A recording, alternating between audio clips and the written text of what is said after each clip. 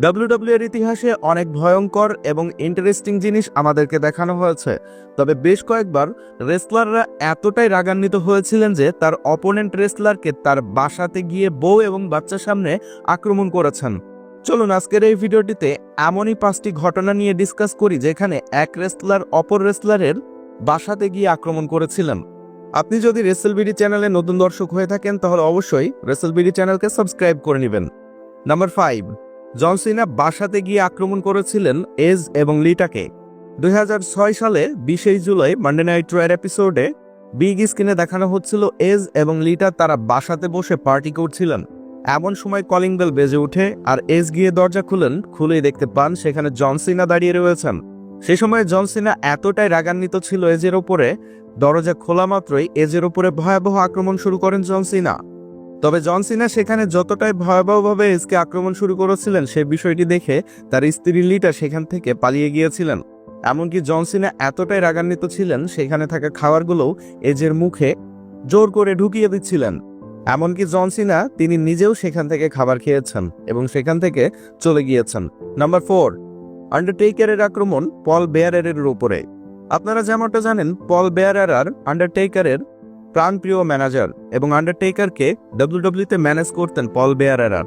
তবে পল বেয়ারার সবসময় আন্ডারটেকারের পক্ষে কাজ করেছেন এমনটা কিন্তু নয়। পল বেয়ারার অনেক সময় আন্ডারটেকারের অপোনেন্ট রেসলারকে সহযোগিতা করেছেন এবং আন্ডারটেকারকে ধোঁকা দিয়েছেন। 1998 সালে 12 জুন বিগ স্ক্রিনে দেখানো হচ্ছিল পল বেয়ারারকে তিনি বাসায় বসে ইন্টারভিউ দিচ্ছিলেন এবং তার কপালে প্রচুর পরিমাণে আঘাত পাবার জন্য ইনজুর্ড হয়েছিলেন। আর সেখানে বসে ইন্টারভিউ দিতে দিতে হঠাৎ করে পেছন থেকে আন্ডারটেকার এসে ভয়াবহ আক্রমণ শুরু করেন পল বেয়ারারকে। পল বেয়ারার আন্ডারটেকারের পক্ষে কাজ করলেও সে সময় আন্ডারটেকারকে ধোঁকা দিয়েছিলেন। এজন্য পল বেয়ারারের বাসায় গিয়ে আন্ডারটেকার সেখানে পল বেয়ারারকে খুবই ভয়াবহ আক্রমণ করে প্রতিশোধ নিয়েছিলেন। নাম্বার 3, ট্রিপল এইচ আক্রমণ করেছিলেন র্যান্ডি অর্টনকে। প্রথমের দিকে ট্রিপল এইচ এবং র্যান্ডি অর্টন একসঙ্গে কাজ করলেও পরবর্তীতে র্যান্ডি অর্টন এবং ট্রিপল এইচের মধ্যে বেশ ভালোই দ্বন্দ্ব তৈরি হয়েছিল। 2009 সালের দিকে ডাব্লিউডাব্লিউ এর ইতিহাসের সবথেকে ভয়ঙ্কর রাইভালরিটি অনুষ্ঠিত হয়েছিল র্যান্ডি অর্টন এবং ট্রিপল এইচের মধ্যে, যাদের স্টোরি লাইন খুবই পার্সোনালি চলে গিয়েছিল। এমনকি ট্রিপল এইচকে একদিন মানডে নাইট রয়ের এপিসোডে বেঁধে রেখে তার ওয়াইফকে কিস করে বসেছিলেন র্যান্ডি অর্টন। বিষয়টি খুবই পার্সোনাল লেভেলে চলে গিয়েছিল। এটার জন্য পরবর্তীতে র্যান্ডি অর্টনের বাসাতে গিয়ে ট্রিপল এইচ ভয়াবহ আক্রমণ শুরু করেন। বিশেষ করে 2009 সালে 9 মার্চ ট্রিপল এইচ র্যান্ডি অর্টনের বাসায় পাড়ি জমান এবং সেখানে গিয়েই হাতুড়ি দিয়ে তার দরজা ভেঙে এসে র্যান্ডি অর্টনকে ভয়াবহ আক্রমণ শুরু করেন এবং র্যান্ডি অর্টন সেখানে কিছুই করতে পারেননি, বরং ট্রিপল এইচের আক্রমণের শিকার হয়ে সেখানে কাতরাতে থাকেন এবং সেখানে র্যান্ডি অর্টনের স্ত্রী ট্রিপল এইচকে দেখে ভয়ে দবকে গিয়েছিলেন। নাম্বার 2, জন সিনার বাবাকে আক্রমণ করেছিলেন এজ।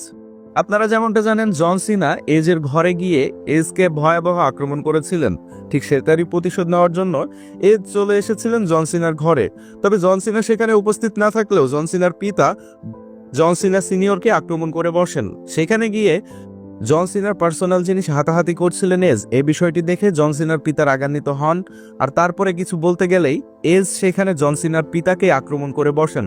বিষয়টি খুবই পার্সোনাল লেভেলে চলে গিয়েছিল এবং জন সিনা এটার জন্য খুবই রাগান্বিত হয়েছিল।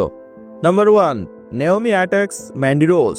2018 সালের দিকে ম্যান্ডি রোজ সেইখানে জিমি ওসোকে পটানোর চেষ্টা করছিলেন। বিশেষ করে স্ম্যাকডাউনের এপিসোডে লম্বা সময় ধরেই ম্যান্ডি রোজ জিমি ওসোকে এটা ওটা অফার করছিলেন। তবে একদিন হোটেল রুমে দাওয়াত দেওয়া হয়েছিল জিমি ওসোকে এবং সেখানে জিমি ওসো ম্যান্ডি রোজের কাছে গিয়েছিলেন এবং ম্যান্ডি রোজের কাছে যাবার পরেই ম্যান্ডি রোজ সেখানে প্রস্তুত ছিলেন। তবে ধীরে ধীরে ম্যান্ডি রোজ সেখানে রং পাল্টাইতে থাকেন আর সেখানে চলে আসেন নেওমি এসে ম্যান্ডি রোজকে অর্থাৎ জিমি ওসোর ওয়াইফ নেওমি ম্যান্ডি রোজকে ভয়াবহ আক্রমণ করেছিলেন হোটেল রুমেই। তো এই ছিল ডাব্লিউডাব্লিউ এর ইতিহাসে ঘটে যাওয়া এমন 5টি ঘটনা যেখানে এক রেসলার অপর রেসলারের বাসায় গিয়ে আক্রমণ করেছিলেন। ভিডিওটি ভালো লাগলে অবশ্যই লাইক দিবেন, রেসেলবিডি চ্যানেলকে সাবস্ক্রাইব করে সাথেই থাকবেন। ধন্যবাদ।